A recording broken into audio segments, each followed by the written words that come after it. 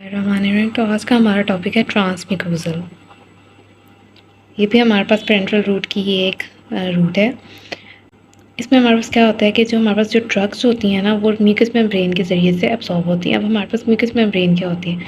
ये हमारे पास एक एपिथेलियल टिश्यू से बना हुआ स्ट्रक्चर होता है जो कि हमारे पास म्यूकस रिलीज़ करता है और ये हमारे पास डिफरेंट बॉडी के ऑर्गन्स को लाइन करता है, मतलब उनके अंदर एक लेयर प्रोवाइड करता है जिसको हम म्यूकस मेम्ब्रेन कहते हैं। डिफरेंट ऑर्गन्स की लाइनिंग करता है, इसके अलावा हमारे गट की लाइनिंग करता है और हमारे रेस्पिरेटरी ट्रैक की भी लाइनिंग करता है। ट्रांसम्यूकल एडमिनिस्ट्रेशन में हमारे पास क्या क्या है? सबलिंगुअल, नेज़ल और रेक्टल रूट्स, 3 तरह के रूट्स आ जाते हैं इसके अंदर। सबसे पहले हम पढ़ेंगे सबलिंगुअल।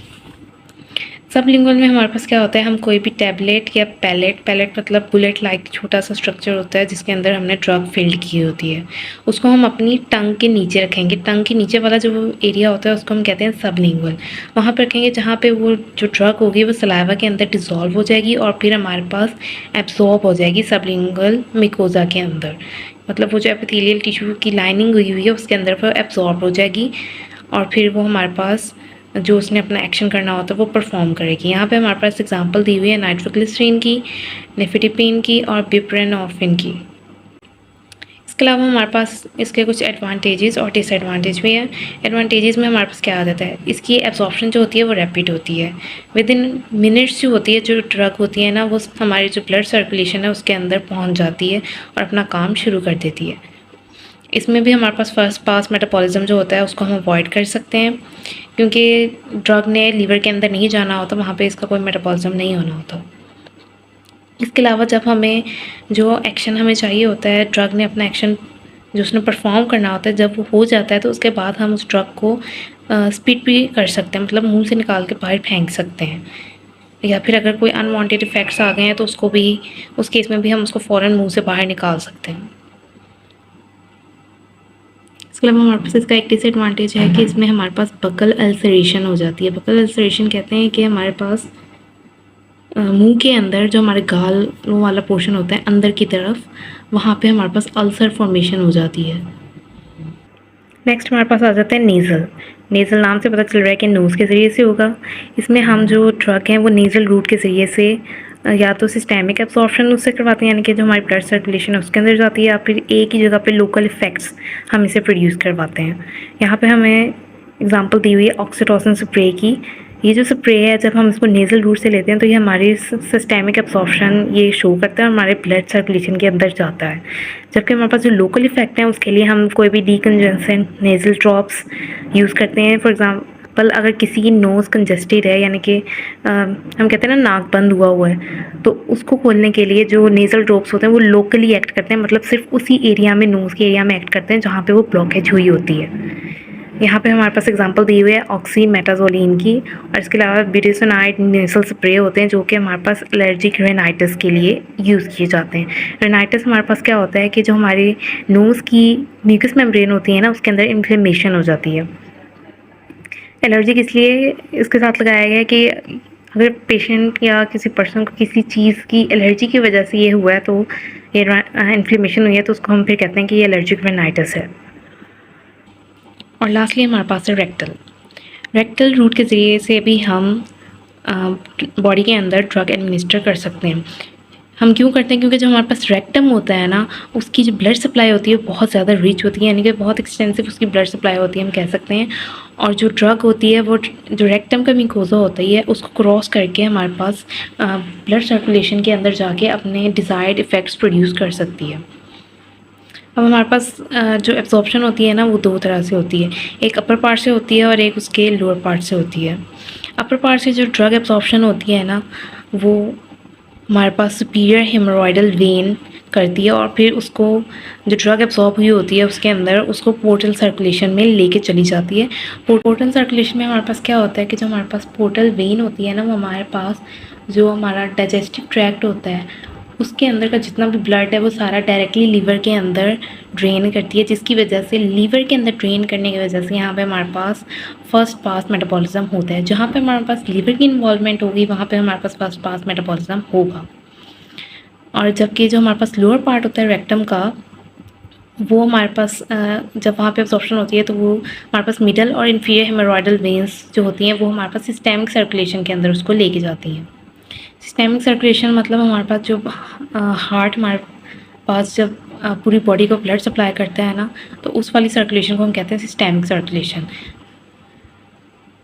इसके अलावा वो कहता है कि हमारे पास कुछ इरिटेंट ड्रग्स जो होती हैं ना, वो भी हम रेक्टली दे सकते हैं एज सपोजिटरीज।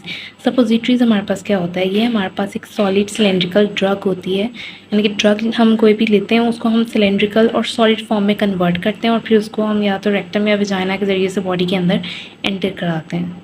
ये हमारे पास है सपोजिटरीज, विजाइनल सपोजिटरीज हैं ये ऐसा सिलेंड्रिकल, ये जो है ना हमारे पास ये सिलेंड्रिकल फॉर्म में होता है और इसको ये हमारे पास यहाँ एग्जाम डायग्राम बनाई हुई है। ये हमारे पास एनस बनाया है, उसके ज़रिए से ये रेक्टम में पहुँचाई जा रही है सपोजिटरी। अब इसके हमारे पास कुछ एडवांटेजेस हैं। क्या हैं, गैस्ट्रिक इरिटेशन को हम अवॉइड कर सकते हैं क्योंकि जब हम उसको माउथ के ज़रिए से दे ही नहीं रहे तो स्टमक में जब जानी ही नहीं है कोई मेडिसिन तो हमारे पास गैस्ट्रिक इरिटेशन होगी नहीं। इसके अलावा कोई भी पर्सन इसको एडमिनिस्टर कर सकता है, मतलब इसके लिए कोई किसी भी स्किल की ज़रूरत नहीं होती। इसके अलावा ये हमारे पास जो ओल्ड एज के पेशेंट्स होते हैं ना, बूढ़े लोग, उनमें भी ये काफ़ी ज़्यादा हेल्पफुल होती है, या फिर उन पेशेंट्स में जो वॉमिटिंग कर रहे होते हैं या फिर जिनका स्वॉलोइंग एक्शन ब्लॉक हुआ होता है, उन पेशेंट्स में फिर हम ये सपोजिटरीज़ या फिर रेक्टल के ज़रिए से मेडिसन हम उनके अंदर इंजेस्ट करते हैं। नेक्स्ट हमारे पास इसके कुछ डिसएडवांटेजेस हैं। पहला ये कि ये रेक्टम की इरिटेशन कर सकती है, मतलब कोई ऐसी मेडिसिन है जिसके अंदर कोई इरिटेंट सब्सटेंस प्रेजेंट है तो वो रेक्टम की इरिटेशन कॉज कर सकती है। इसके अलावा इसकी एब्जॉर्प्शन इरेगुलर होती है और अनप्रेडिक्टेबल होती है, मतलब चेंजेबल होती है, कोई पता नहीं होता कि कब इसकी एब्जॉर्प्शन किस रेट पे किस तरह से होगी।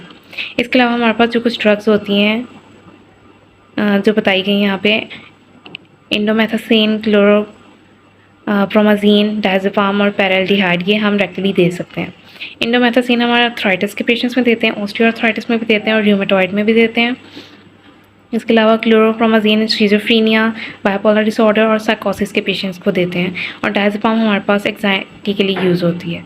और इसके अलावा जो पैराल्डिहाइड है वो CNS डिप्रेसेंट यानी कि सेंट्रल नर्वस सिस्टम के डिप्रेसेंट के तौर पर एक्ट करती है। इसके अलावा हम ड्रग्स को एनिमा के तौर पर भी दे सकते हैं इसी रूट के ज़रिए से यूज़ करते हुए। अब एनेमा हमारे पास क्या है, एनेमा हमारे पास किसी भी ड्रग की एडमिनिस्ट्रेशन है लिक्विड फॉर्म में, मतलब हमने कोई भी ड्रग ली है लिक्विड फॉर्म में, उसको हम रेक्टम के ज़रिए से बॉडी के अंदर एडमिनिस्टर कर रहे हैं। अब एनेमा के हमारे पास दो टाइप्स होती हैं, इवैक्यूएंट या रिटेंशन।